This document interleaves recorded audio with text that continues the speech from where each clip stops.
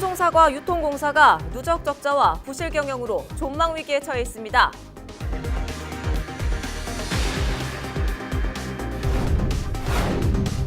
안동시가 다음 달부터 타는 쓰레기와 타지 않는 쓰레기의 분리 배출을 시행합니다.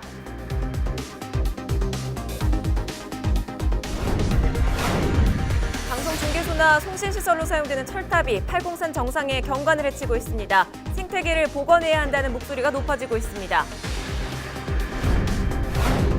영천 야사지구의 개발 사업이 본격화됩니다. 영천시 야사동의 지도가 새롭게 그려질 것으로 기대됩니다.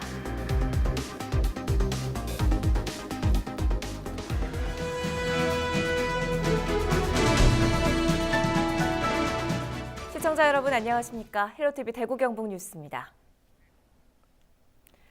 청송의 대표 브랜드는 사과죠. 최근 청송사과에 단물이 빠진다 이런 볼멘 소리가 나오고 있는데요. 청송사과 유통공사의 부실 경영 논란이 일면서 농가의 신뢰를 잃었고 누적 적자로 존폐 위기에 처해 있습니다. 홍정표 기자가 보도합니다. 지난해 청송의 사과 생산량은 6만 2천 톤. 이 중 청송사과 유통공사를 거쳐간 사과는 3,700톤입니다. 전체 생산량의 6%에 불과합니다. 설립 첫 해인 2014년 생산량의 10%인 4,600톤을 처리하며 약 3억 원의 당기 순이익을 올리기도 했습니다. 하지만 지난해 적자는 6억 3천만 원에 달했습니다. 청송사과 유통공사는 지난 2011년 8월 청송군 예산 81.2%, 민간인 투자 18.8%의 지분으로 설립됐습니다. 월 평균 2억 8천만 원이 인건비와 운영비로 지출됩니다. 현재 총 자본금은 22억 2천만 원으로 이대로 가면 올해 10억 내외의 손실이 예상됩니다. 유통공사 경영상의 문제로 농가의 신뢰를 잃었다는 지적이 나오고 있습니다. 유통공사에 대한 신뢰라든지 그런 거, 일단 상품 관리에 대한 문제라든지, 당초에 원물을 확보할 때, 그러니까 좋은 사과를 원물을 확보를 못했기 때문에 그에 따른 2014년 12월부터 2017년까지 전 사과유통공사 사장의 횡령 등의 비리가 알려지면서 신뢰는 땅에 떨어졌습니다. 사업 초기에는 400여 농가가 납품했지만 지금은 250여 농가로 줄었습니다. 너무 안에 깊숙이 개입을 하고, 이거 참 직원들의 어떤 의견이나 이런 부분이 전혀 그 반영이 전혀 되지 않고. 정말 이렇게 품질화하고 했던 농장주들이나 이런 부분들이 많이 빠져나는 부분들이 있어요. 청송군은 지난달 23일 이사회에서 강력한 만회 대책을 요구했습니다. 하지만 경영 정상화가 시급한 가운데 공사는 5명의 신입사원 채용 공고를 내면서 더욱 빈축을 사고 있습니다.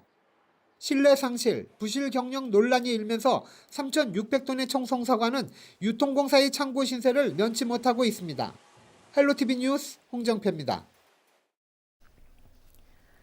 안동시가 다음 달부터 타는 쓰레기와 타지 않는 쓰레기의 분리 배출을 시행합니다. 각각 쓰레기를 담아야 하는 봉투도 다른데요. 김신혜 기자가 정리했습니다.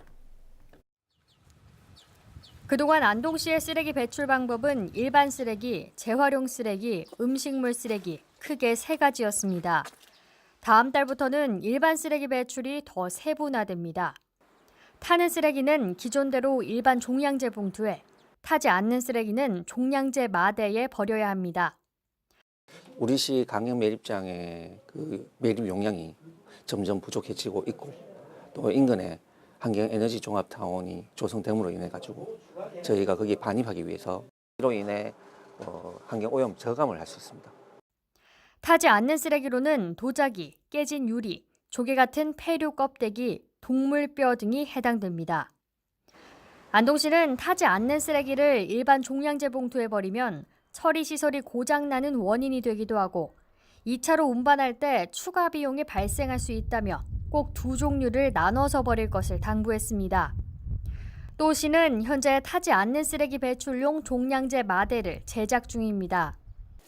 이 종량제 마대는 5월 17일 금요일부터 일반 종량제 봉투를 판매하는 곳에서 구매할 수 있습니다. 저희 그 최소 마대 사이즈는 10리터입니다. 그 마대와 그 일반 쓰레기 종량제 봉투의 가격은 동일합니다. 제도 마련만큼 중요한 게 실천이죠. 요즘 전국적으로 이 쓰레기 처리 문제가 끊이지 않는 만큼 시민들의 적극적인 관심과 협조가 뒷받침되어야겠습니다. 헬로티비 뉴스 김신혜입니다. 팔공산에 가면 정상인 비로봉을 알아보는 게 그렇게 어려운 일이 아닙니다. 9개의 거대한 철탑들이 마치 표지판 역할을 하고 있기 때문인데요. 자연 경관을 훼손한 이 철탑들을 정비해 생태계를 복원해야 한다는 목소리가 높아지고 있습니다. 권수경 기자입니다. 대구 경북의 대표 명산 팔공산. 올 초 문화체육관광부에서 정하는 한국관광 100선에 이름을 올리기도 했습니다. 그런데 이런 팔공산 정상을 거대한 철탑 9개가 점령했습니다. 팔공산에서 가장 높은 봉우리 비로봉입니다. 탁 트인 전망을 기대하면서 힘들게 올라왔는데 이렇게 360도 어디를 둘러봐도 철탑들이 팔공산의 멋진 풍경들을 가리고 있습니다. 인근에서 봐도 이거보다 좋은 것들이 많이 있거든. 그러니까 굳이 멀리까지 올 필요가 없는 것 같아요. 철탑은 방송통신사의 중개소나 송신시설로 사용되고 있습니다. 오래전 사용이 중단돼 방치된 철탑과 콘크리트 건물도 보입니다. 다른 곳에 있어도 유사한 기능을 할 수 있는 이 시설들을 방치한 것은 역사와 문화를 소중히 여기는 우리 대구시의 정책 기조와는 다른 것 같습니다. 서울 남산과 충북 속리산의 철탑도 경관을 해친다는 이유로 철거됐습니다. 광주 무등산도 철탑 이전과 관련한 연구 용역을 마쳤습니다. 전체적으로 다 옮기는 방안과 그다음에 무등산에 있는 걸 하나로 통합하는 어떤 그런 방안 마련을 해서 그러니까 대체적으로 지역사회에서 합의는 돼 있는 것 같고. 팔공산 철탑 문제, 오랜 침묵을 깨고 논의가 필요하다는 공감대가 형성되고 있습니다. 헬로티비 뉴스 권수경입니다. 도심 한가운데 흉물로 남아있던 영천 야사지구의 개발 사업이 본격화됩니다. 오랫동안 개발이 중단된 이번 사업이 재개되면서 영천시 야사동의 지도가 새롭게 그려질 것으로 기대됩니다. 이하영 기자가 보도합니다. 1997년 토지구획 정리사업 시행 인가 후 개발이 중단된 영천 야사지구입니다. 전체 면적은 25만여 제곱미터로 반경 500m 안에 관공서와 대단위 아파트 단지, 학교 등이 있는 요지입니다. 2006년 4월 시공사의 부도로 개발이 중단된 후 조합원 300여 명이 유치권을 행사해왔습니다. 이곳 토지구획 정리지구는 시공사의 부도와 파산으로 오랫동안 공사가 중단된 채 보시는 것처럼 쓰레기가 곳곳에 방치된 채 도심의 흉물로 전락했습니다. 지난 4월 시행대행사가 유치권 30억 원을 납부하면서 공사 중지 13년 만에 사업이 다시 추진됩니다. 현재 교통영향평가 재심의 등 허가와 관련된 행정 절차는 마무리됐고 설계 변경 등의 절차만이 남아 있습니다. 유치권이 올 4월 달에 이제 해결되고 이제 새로운 시공사가 이제 선정되고 이제 지금 그래서 한 6월 정도 되면은 공사를 다시 이제 재개하려고 준비를 하고 있는 상태입니다. 6월 정도에 이제 공사를 이제 재착공하면은 내년 말 2020년 12월이나 뭐 21년 6월 정도. 시공사의 부도와 회생 관리, 파산 등 우여곡절 끝에 다시 출발점에 선 영천 야사지구 개발 사업. 사업이 완료되면 동부동 행정복지센터와 체육진흥센터 등도 야사지구 내에 건립될 예정입니다. 헬로티비 뉴스 이하영입니다. 지난 5일이 어린이날이었죠. 앞으로 우리 사회를 이끌어갈 아이들을 위해서 우리가 할 일은 무엇인가 고민해 보셨을 텐데요. 우리나라 출산율은 여전히 하락하고 있는 추세입니다. 지난해 처음으로 1명 밑으로 떨어졌습니다. 전현매 기자가 자세히 전해드립니다. 지난해 태어난 신생아는 32만 6,900명, 전년도인 2017년에 비해 3만 900명, 8.6%가 감소했습니다. 우리나라 여성 1명이 평생 낳을 것으로 예상되는 평균 출생아 수는 지난해 기준 0.98명입니다. 처음으로 1명 밑으로 떨어졌는데 OECD 국가 중 최저 수치입니다. 2017년에는 1.05명이었는데 0.07명 감소했습니다. 지역별 합계 출산율을 보면 서울이 0.76명으로 가장 낮습니다. 경기는 1명, 인천은 1.01명인데 전국 평균인 0.98명보다는 약간 높지만 순위로 보면 중하위입니다. 연령대별 출산율도 살펴보겠습니다. 30대 초반이 91명으로 가장 높았고 30대 후반이 46명, 20대 후반이 41명 순인데요. 20대 후반 출산율이 처음으로 30대 후반 출산율보다 낮아졌습니다. 20대 후반의 출산율은 2017년과 비교해 6.9명이 줄었는데요. 14%가 감소한 셈입니다. 이렇게 출산 연령은 갈수록 높아지고 있습니다. 지난해 평균 출산 연령은 32.8세로 2017년보다 0.2세 높아졌습니다. 만 35세 이상인 산모도 31.8%로 전년보다 2.7% 늘었습니다. 이 상황이 지속되면 총 인구가 감소하는 시점이 당초 예상했던 2028년보다도 앞당겨질 것으로 예상되는데요. 우리나라 인구를 현 상태로 유지하려면 합계 출산율이 2.1명은 돼야 한다고 합니다. 지난 2006년부터 13년 동안 정부가 출산 장려 정책에 투입한 예산은 153조 원에 달한 것으로 알려졌는데요. 하지만 출산율은 계속해서 하락하고 있는 상황. 현 정책을 다시 한번 고민해 볼 필요가 있어 보입니다. 헬로티비 뉴스 전현미입니다. 요즘 낮 기온이 크게 오르면서 덥다고 느껴질 정도죠. 밀양 얼음골에는 올해도 얼음 없이 고드름이 달렸습니다. 자연의 신비가 펼쳐지고 있는 현장에 구지은 기자가 다녀왔습니다. 천연기념물 제224호로 지정된 밀양 얼음골. 연일 낮 기온이 20도를 훌쩍 넘어서고 있지만 꽁꽁 얼어붙은 얼음이 바위 틈 속을 채웠습니다. 곳곳엔 한겨울에나 볼 수 있는 고드름도 주렁주렁 달렸습니다. 얼음골 결빙지의 온도는 0도. 일대는 마치 거대한 냉장고 문을 연 듯합니다. 자연의 신기한 현상에 관광객들은 놀라움을 감출 수가 없습니다. 오늘 날씨가 덥길래 저 밑에 주차장에다가 이제 그 두꺼운 그 등산복은 벗어놓고 가벼운 차림으로 왔는데 오니까 이제 추워갖고 아주 신기하잖아요. 신기하니까 그래서 자꾸 와보게 되더라고요. 얼음이 고드름처럼 딱딱하게 얼어져 있었어요. 마음이 시원했어요. 여름인데 얼음이 얼어져 있어서 신기했어요. 얼음골에는 기온이 20도를 웃돌기 시작하는 4월부터 고드름이 생기기 시작합니다. 무더울수록 냉기가 많아져 절정에 이른다는 얼음골의 고드름. 반면 겨울에는 바위 틈에서 15도 안팎의 따뜻한 공기가 새어나와 자연의 신비를 고스란히 느낄 수 있는 명소 중 한 곳으로 꼽히고 있습니다. 이곳에는 봄부터 여름까지 얼음이 오는데 그 이유는 이곳 위치가 정복을 보고 있습니다. 겨울 내내 이 바위 틈 속에 냉각되어 있던 찬 공기가 품어져 나오면서 한여름에도 얼음이 얼고 시원합니다. 얼음골 주변은 호박소와 케이블카 등 다양한 관광 자원이 한데 어우러져 영남 알프스로 불립니다. 더위를 식히려 매년 밀양 얼음골을 찾는 관광객만 3만여 명. 본격적인 무더위가 다가오고 있지만 밀양 얼음골은 오히려 무더위가 반갑습니다. 헬로티비 뉴스 구지은입니다.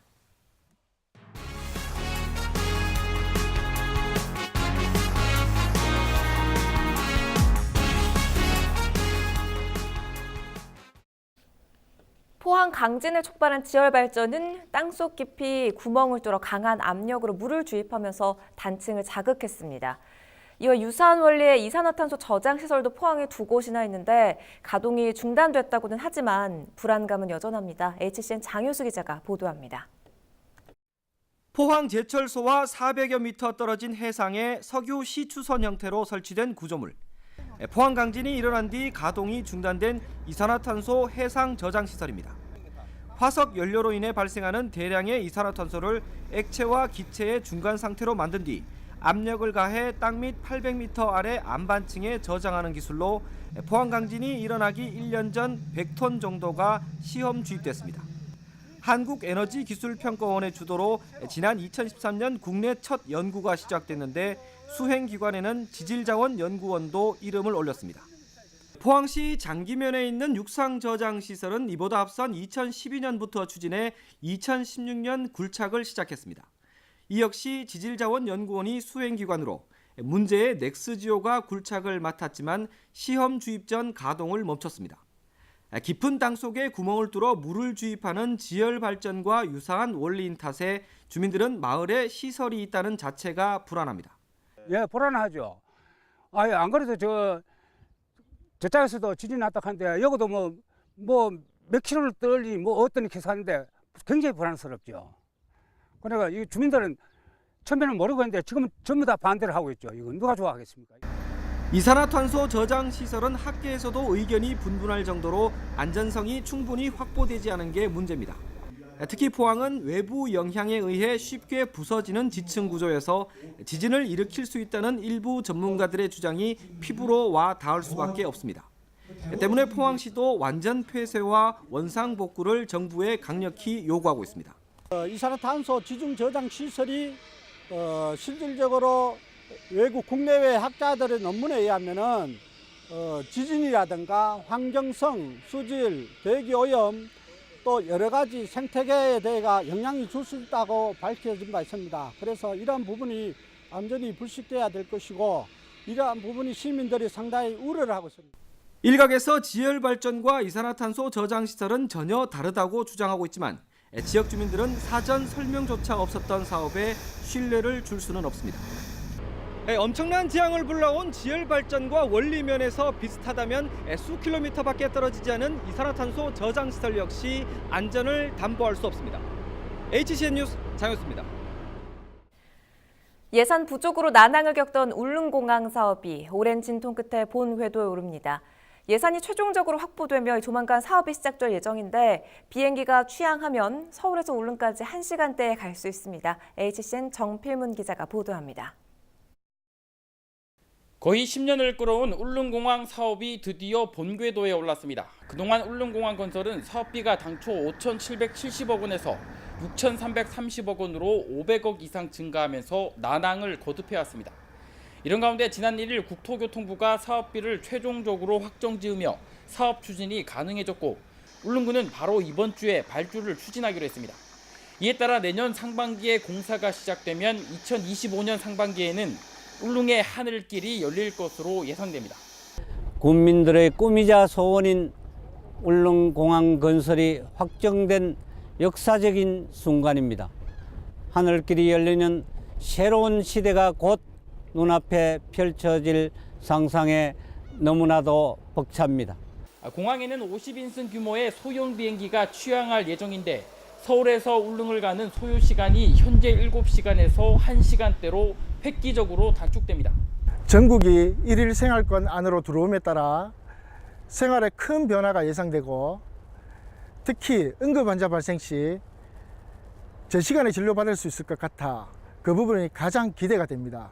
빨리 완공되어가지고 올라 울릉 구민들이 일생활권의 경제적 혜택을 빨리 볼 수 있도록 해주시기를 바라고 바닷길에만 의존하고 있는 교통망이 하늘길로 확대되면 주민들의 이동권 보장은 물론 울릉의 관광객 유치에도 그야말로 날개를 달 전망입니다.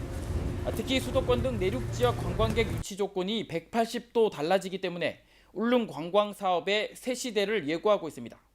울릉공항은 사동항 앞바다에 23만여 제곱미터를 메워 만드는데 울릉도 개척 이래 최대 국책 사업이 될 전망입니다. 울릉의 오랜 수건 사업인 하늘길 개척이 현실화하면서 획기적인 발전이 기대되고 있습니다. HCN 뉴스 정필문입니다. 대구시 신청사 건립을 위한 본격적인 논의가 시작됐습니다. 대구시 신청사 건립 추진 공론화위원회는 지난 3일 제2차 회의를 열고 신청사의 건축물 연면적과 부지 면적 등에 대한 초안을 검토했습니다. 또 과열 유치 행위를 막기 위해 차량 광고나 현수막, 유치 행사 개최 등에 대한 세부적인 감점 기준을 마련해 함께 발표했습니다.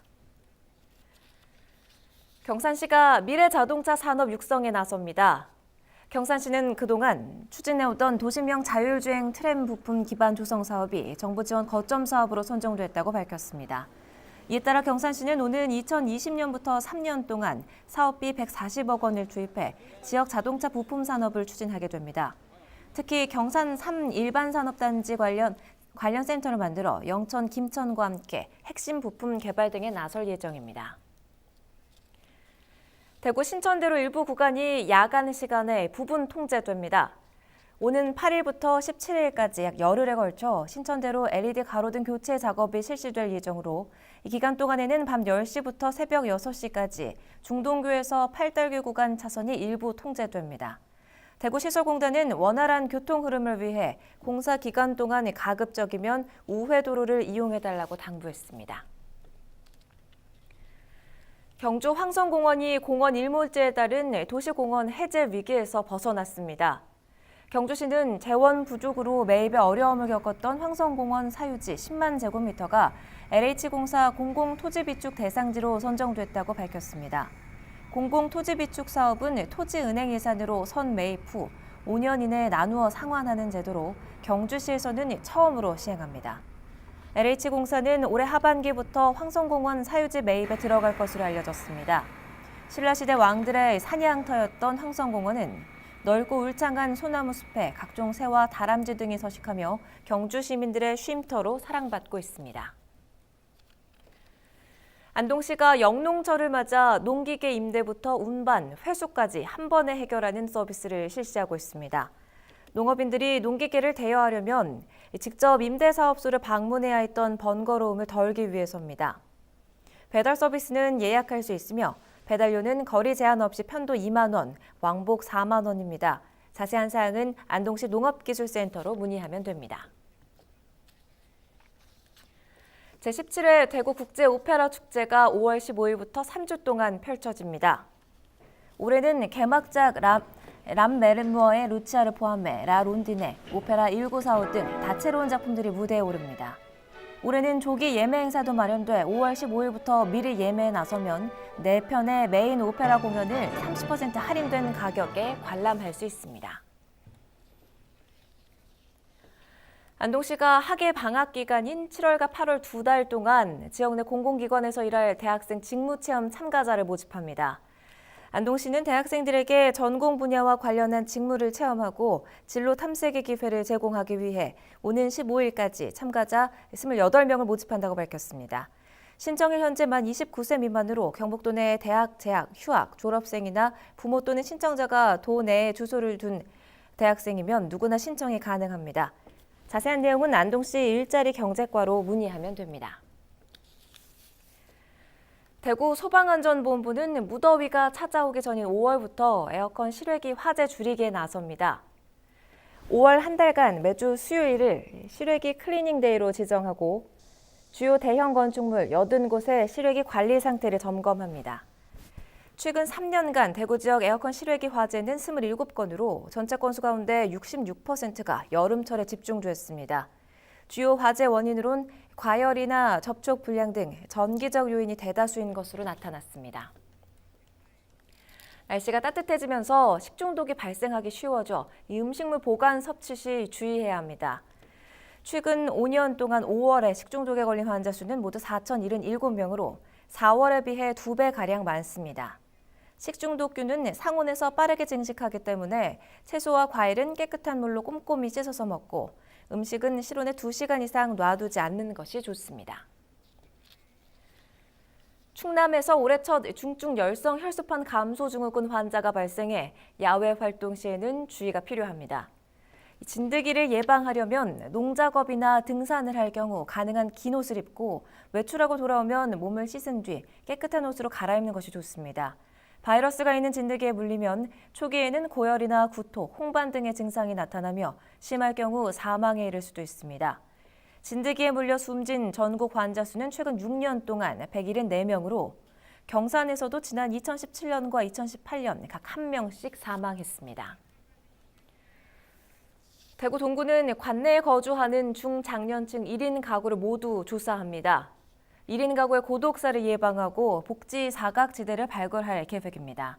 5월 한 달 동안 만 40세 이상부터 만 64세 이하인 1인 가구 2만 3천여 명의 집을 직접 방문하거나 전화로 상담을 진행합니다. 위기 가구가 발견되면 공적급여를 신청하도록 돕고 민간 서비스와 연계해 사회 안전망 테두리 안으로 끌어들이겠다고 밝혔습니다. 우리 지역의 이슈 콕 짚어봅니다. 헬로 이슈 토크. 우리 지역의 이슈를 콕 짚어드립니다. 헬로 이슈토크 함께 하시죠. 전국의 노선버스 노동조합이 근로시간 단축에 따른 임금 보전을 요구하면서 노동당국에 쟁의 조정을 신청했습니다. 이에 동참한 대구 지역 버스 노조도 사측과 합의점을 찾지 못하면 파업에 돌입할 예정이어서 교통 대란이 우려되고 있는데요. 자, 오늘 이 시간에는 버스 대란 우리 지역에 어떤 영향을 미칠지 기화서 경안신학대학원 대학교 커뮤니티 정책학과 교수 그리고 엄재진 매일신문사 경북본사 취재 부장과 함께 이야기 나눠보겠습니다. 두 분 어서 오세요. 네, 안녕하십니까. 반갑습니다.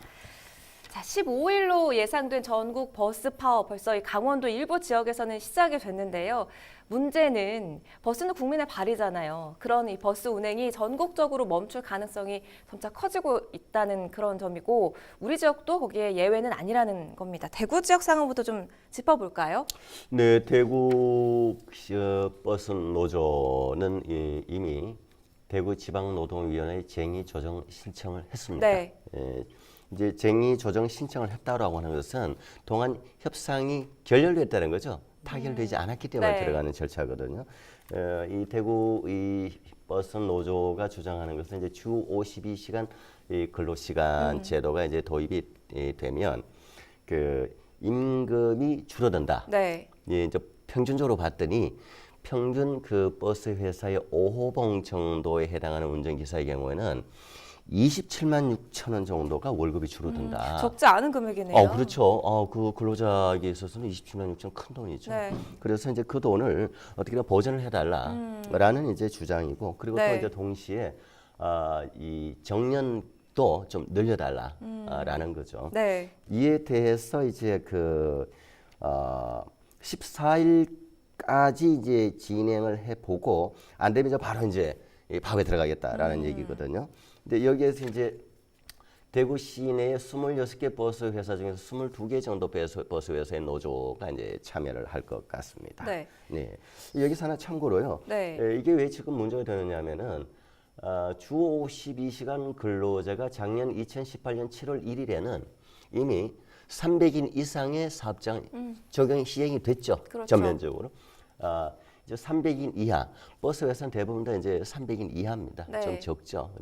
내년 2019년 1월 1일부터 시행이 들어가는 겁니다. 그러다 보니까 지금부터 이제 처음해지는 거죠. 네. 네네. 그래서 지금 노조는 두 가지를 요구하고 있어요. 임금을 보전해달라, 또 정년을 연장해달라 이런 요구를 그렇죠. 하고 있는데 만약에 쟁의 조정이 결렬되면 2006년에 대구 시내버스 준공영제 시행 이후 첫 파업에 들어가게 되는 거죠. 대구는 이 파업 동참이 지금 예상되는 상황인데 경북은 또 어떻습니까? 경북은 그나마 조금 이제 이번 파업에는 경북은 하반기부터 협상에 들어가는 걸로 네. 이제 계획이 되어 있어서 당장 경북 버스 노조는 이번 파업에는 동참하기는 어렵다. 뭐 당연하죠. 네.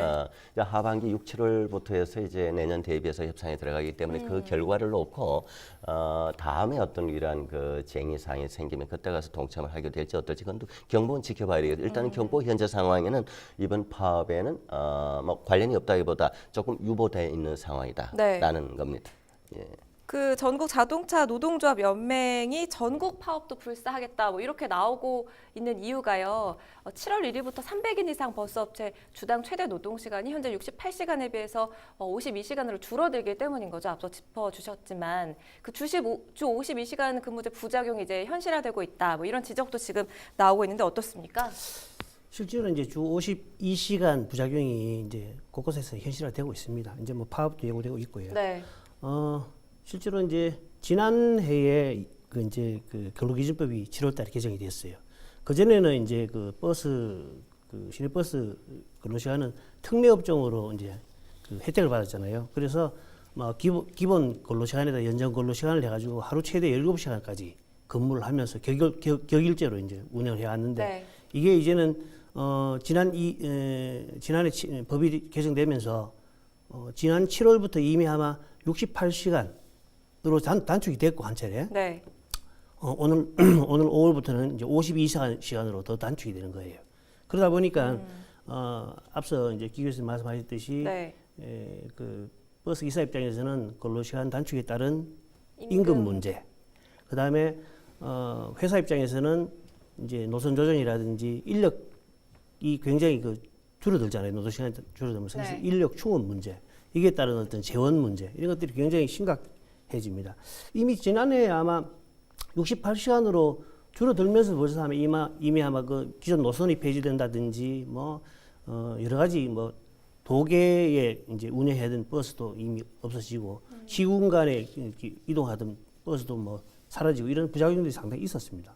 그래서 앞으로는 이제 그 근로 시간이 감축되면서 이제 최대 이제 뭐 110만 원 정도 임금이 감소된다고 예상하는데 이제 일단은 뭐 그 회사 입장에서는 일단 이 부분은 이제 노사의 문제이기 때문에 일단 정부라든지 지자체가 개입하기는 어렵고 일단은 노사 협상을 통해서 이제 해결해야 되지만은 사측 입장에서는 사실 뭐 수익이 들어와야 임금을 보전해주고 하는데 상당히 어려움이 있습니다. 그래서 이런 어떤 비용 상승으로 인해 가지고 적자 노선을 폐지해야 된다는 주장도 있지만은 공공성이 있기 때문에 그것마저도 사실 뭐 노선의 허가권이라든지 이런 것들은 지자체가 다 가지고 있기 때문에 그것도 버스 회사는 마음대로 할 수가 없어요. 그래서 노조와 사측의 어떤 이 협상 부분은 굉장히 어렵게 될 것이다. 결국에는 아마 파업으로 가게 되고 그 이후에 종결에는 정부나 지자체에서 여러 가지 어떤 대책들이 나와야 되지 않겠느냐 이런 전망들이 있습니다. 그렇다면 정부가 버스 업종을 특례 제외 업종으로 바꿀 때부터 그 문제에 싹이 있었다. 뭐 이렇게도 살펴볼 수 있을 것 같은데. 네, 이미 아마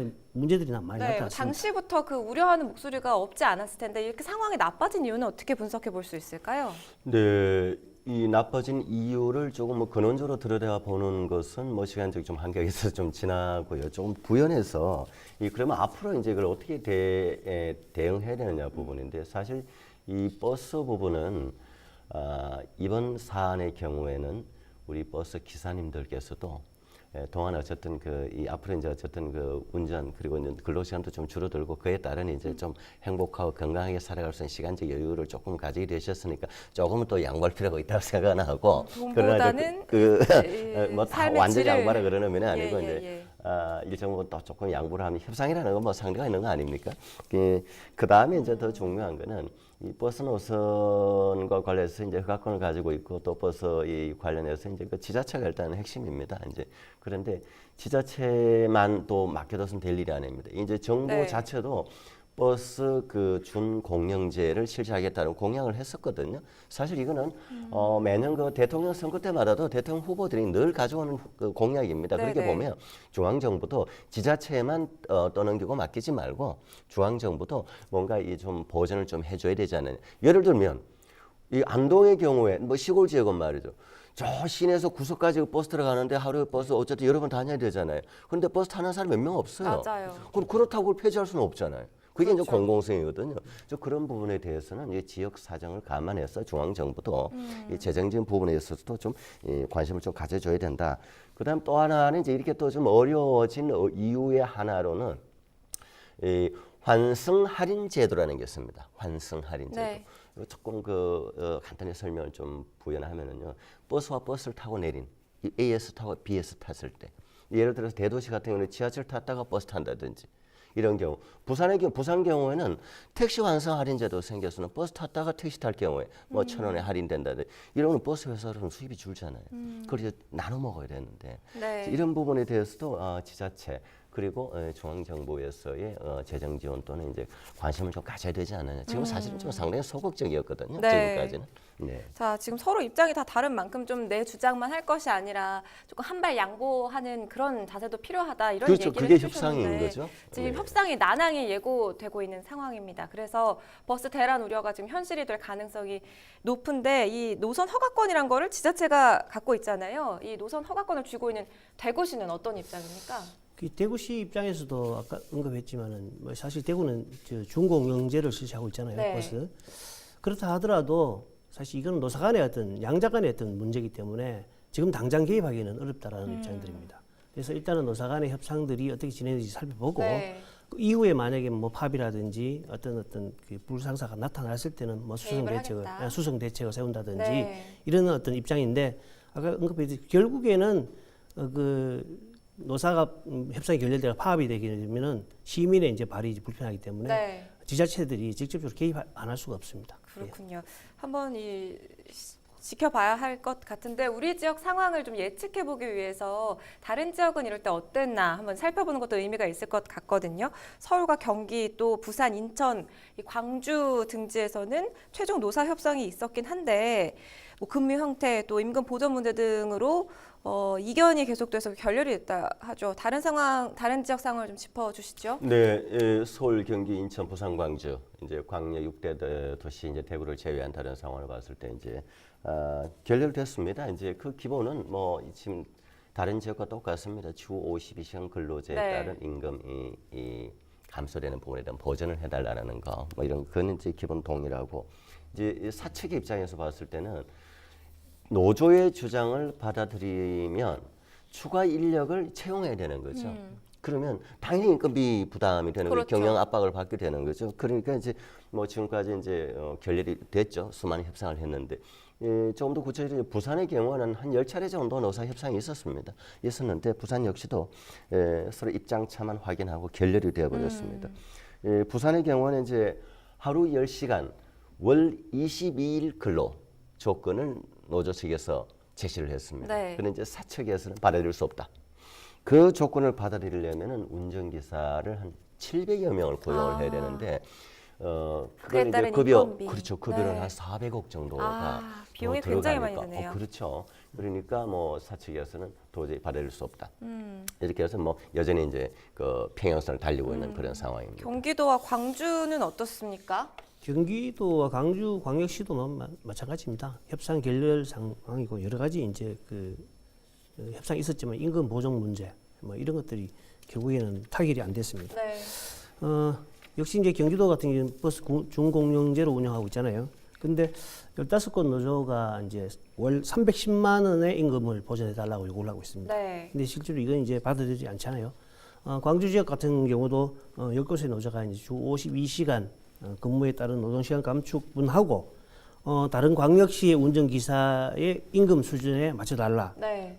그래서 이제 한 10.9%의 이제 임금을 인상해달라고 이제 요구를 하는데 뭐 사용자 측에서는 이걸 수용하기는 사실 어렵습니다. 네. 예, 뭐 아까 말씀드렸듯이 지역마다 이제 5차례, 10차례 정도의 어떤 그 협상들이 있었지만은 역시나 이제 그 임금 협상 뭐 여러 가지 문제 때문에 뭐 협상이 타결되기는 쉽지 않습니다. 물론 뭐 주 52시간 시간을 이제 그 근무제를 하려면은 근로시간 게임 그 근무 형태부터 바꿔야 되잖아요. 옛날에는 뭐 격일제로 한다든지 다양한 어떤 그 근무 형태가 있었는데 이제는 뭐 그런 게 없으니까 이런 게부터 노사 입장차가 또 큽니다. 크고 그래서 앞으로 이제 지자체가 그 뭐 임금뿐만 아니고 인력 중원 또 뭐 근무 형태 뭐 조정 이런 것들이 워낙 노사의 입장차가 크잖아요. 네. 크기 때문에 준공영제, 공공성 이런 부분에 있어 가지고 결국에는 이제 버스 기사 충원이라든지 이런 것들이 이제 지자체의 부담으로 돌아가지 않는가 이렇게 이제 얘기할 수 있습니다. 노사 입장 차이가 또 워낙 크고요. 또 대구와 같이 버스 준공영제를 시행하는 지자체 경우는 그 버스 기사 충원이 재정 부담으로 곧바로 이어지기 때문에 이를 좀 수용하기가 쉽지 않다. 뭐 이런 점을 좀 지적해 주셨는데 자 그렇다면 이대로 가다가는 오는 15일 버스 대란을 막을 길이 없어 보이죠. 이거 어떻게 해결책을 좀 찾아볼 수 있을까요? 네, 대구는 뭐 방금 얘기 나온 대로 이제 준공영제라고 하는 것은 이제 그 버스 회사가 이제 운영을 하다 적자가 나면 그 적자분을 이제 메꿔주는 거거든요. 네. 메꿔주는 시민의 돈으로 들어가는 거죠. 그러나 그럼에도 불구하고 대구는 준공영제가 다른 지자체에 비해서 굉장히 먼저 선도적으로 시행을 해서 자리를 좀 잡았습니다. 네. 그러다 보니까 좀 안 좋은 표현을 하면은요, 이제 버스 기사분들 채용하기가 굉장히 어려웠어요. 왜냐하면 이제 직업적 인식도가 다른 직업을 하다 전전하다가 마지막으로 오는 곳이 버스 기사다. 지금까지는 너무나 힘들었잖아요, 근로 환경이. 그런데 꼭 그렇지는 않거든요. 준공영제가 들어오면서 이제 많이 좀 개선이 되었고, 그러면서 이제 일자리 창출에도 나름 기여를 하고 있고요. 그러나 그럼에도 불구하고 여전히 어려운 부분은 이제 버스 회사 입장에서는 이제 기사 채용이 쉽지는 않습니다. 그러니까 대도시 경우는 우리가 지나다 보면 버스를 타보면 버스에 늘 상시적으로 운전기사 채용, 상시적으로 배너 광고를 붙여놓고 있어요. 이제 이런 부분에서도 이제 공영제가 좀 더 확대되면 직업적 인식도 좀 좋아져서 네. 좀 나아지지 않을까 생각을 하고 이걸 좀 전국적으로 좀 확대할 필요가 있다. 그렇게 생각합니다. 그리고 또 하나 이제 이 시점에 저는 이제 우리 그 사측에 사실 그 우리 미디어 언론에서 기사화 좀 됐죠. 사측에도 좀 투명 경영해야 됩니다. 네. 거기에 가족들 임원으로 넣어놓고 고액 연봉 딱 가져가게 하고 그 고액 연봉 가져가는 임원들 같으면 한두 사람 그 연봉이면은 우리 근로자들 운전기사 하실 분들 네. 다 많이 좀 챙겨줄 수 있습니다. 네, 그런 맞아요. 부분들도 좀 투명해야 되고 좀 반성해야 되고요. 네. 그리고 이제 중앙정부에서도 좀 이 재정 지원 동시에 좀 더 관심을 가져야 된다. 지자체만 떠넘길 일만은 아니다라고 네. 생각을 합니다. 실제적으로 이제까지는 뭐 근로 시간이 좀 길고 임금은 낮은 형태였기 때문에 조금 힘든 부분이 많았는데 그렇죠. 이런 부분이 예. 좀 개선돼야 된다라는 말씀을 해주셨고 버스 회사죠. 그러니까 이 민간 기업이 현재 임금 체계와 요금 체계를 갖고 흑자를 내게 되면 그 문제를 해결할 수 있는 건데 현실적으로는 그게 불가능하지 않습니까?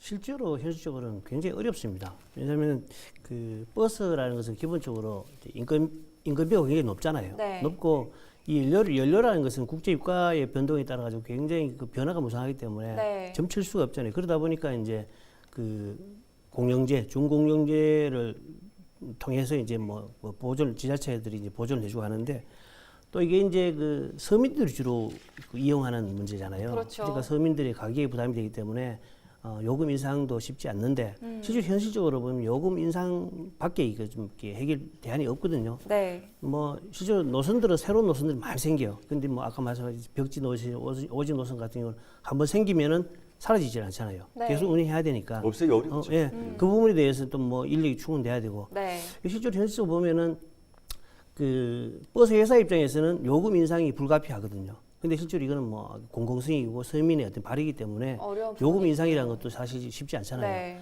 그래서 꾸준하게 제기되어 오는 것은 지자체에만 이제 부담 지를 거 아니라 중앙정부가 개입해 줘야 된다라는 입장이거든요. 사실 이미 그 선진국들은 이게 공영제를 통해 가지고 지방정부와 중앙정부가 공이 같이 이렇게 이제 이 부분에 대해서는 개입을 하고 지원을 하거든요. 네. 그래서 우리나라에서 그렇게 해야 된다는 입장입니다. 근데 그 지난해 이제 근로기준법 개정이 되고 난 다음에 정치권에서는 중앙정부에서는 지자체나 아니면은 회사 측이 굉장히 압박을 계속 하고 있잖아요. 하고 있는데 뭐 사실 요금을 인상을 한다는 부분들은 뭐 정치인 입장으로서 내년 총선을 앞두고 있어가지고 굉장히 네. 부담이 되는 입장이거든요. 그래서 우리가 이제 꾸준히 얘기하는 문제가 이제 사실 정부가 이제는 뭐 개입해야 될 부분이다. 정부가 지원해야 된다는 부분들이고 또 이제 그 버스 회사의 어떤 투명성, 투명한 경영, 네. 아까 말씀하신 도덕적 해이 이런 부분이 상당히 많거든요. 이런 부분에 좀 이렇게 벗어나야 된다. 이런 것들이 이제 이제는 현실화되고 있다고 봅니다. 예. 네, 이미 뭐 곳곳에서 노선버스 52시간 근무 갈등이 시작되고 있습니다. 자, 이렇게 가다가는 오는 15일에 시민의 발이 멈춰설 가능성이 큰데요. 지자체와 정부의 더 적극적인 개입과 또 대책 마련이 필요한 시점인 거겠죠. 자, 오늘 함께해 주신 두 분 고맙습니다. 네, 감사합니다. 고맙습니다.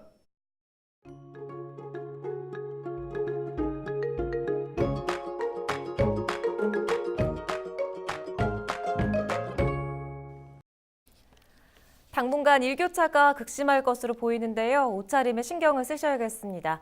또 맑은 날씨에 대기가 갈수록 건조해지고 있습니다. 산불 나지 않도록 조심하셔야겠습니다. 자세한 날씨입니다. 일교차가 무척이나 크겠습니다. 아침에 5도로 시작해 한낮 기온 22도까지 오르겠는데요. 한낮에 활동하다 보면 덥게 느껴질 수도 있겠습니다. 무엇보다 공기질이 좋겠습니다. 대기 확산이 원활해서 전국의 미세먼지 농도가 좋음에서 보통 단계를 보이겠습니다. 먼지 걱정은 없지만 대기가 갈수록 메말라가고 있어서 걱정입니다. 전국 대다수 지역에 건조특보가 내려져 있고요. 이달 중순까지는 뚜렷한 비 예보가 나와 있지 않습니다. 메마른 날씨 속에 큰 불이 나지 않도록 각별히 조심해 주셔야겠습니다. 한낮 기온 25도 안팎으로 오르면서 주 후반에는 낮에는 초여름처럼 덥게 느껴질 수도 있겠습니다.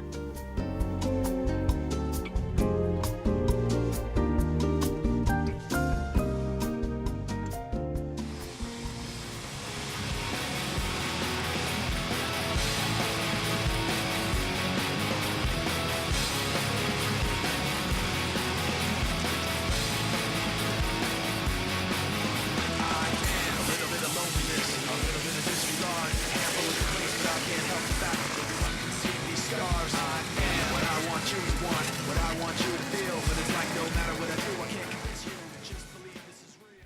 이상으로 헬로티비 대구 경북 뉴스를 모두 마칩니다. 저희는 언제나 여러분 곁에 있겠습니다. 시청해주신 여러분 고맙습니다.